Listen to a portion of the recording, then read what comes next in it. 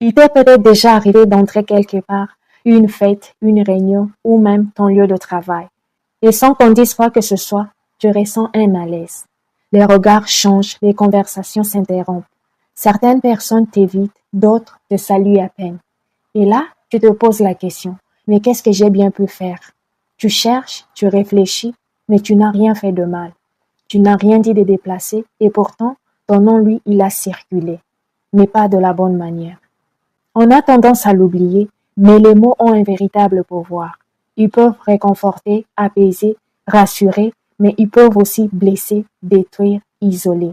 Parmi ces paroles qui font du tort, deux formes sont particulièrement destructrices, la calomnie et la médisance.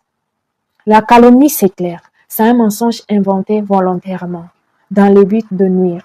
Par exemple, tu savais qu'il avait fait ça? Alors c'est entièrement faux.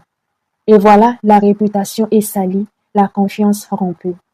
Ce n'est pas une erreur, c'est un acte intentionnel et profondément nocif. La médisance, par contre, elle est plus subtile.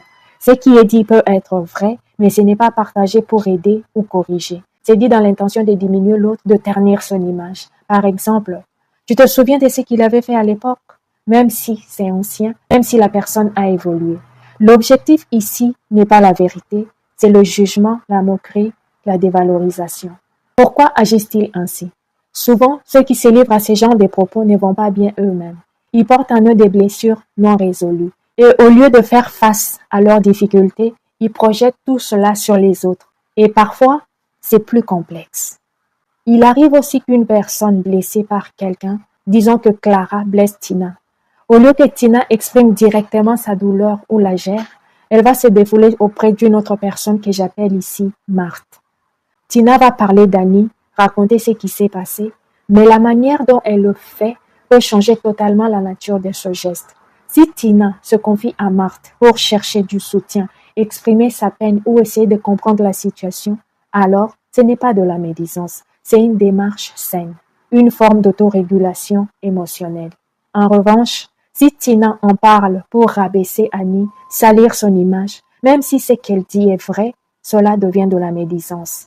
Ce n'est donc pas ce qu'on dit qui définit la médisance, mais l'intention qu'on met derrière nos paroles. Si tu vis actuellement ce genre de situation, retiens bien ceci. Ce que les autres disent derrière ton dos ne te définit pas. Ta valeur ne dépend pas de leurs paroles. Et si toi aussi tu ressens le besoin de parler de ce que tu as vécu, fais-le dans un cadre de confiance, sans haine, sans volonté de nuire. Parce qu'on peut exprimer une blessure sans devenir blessant à notre tour.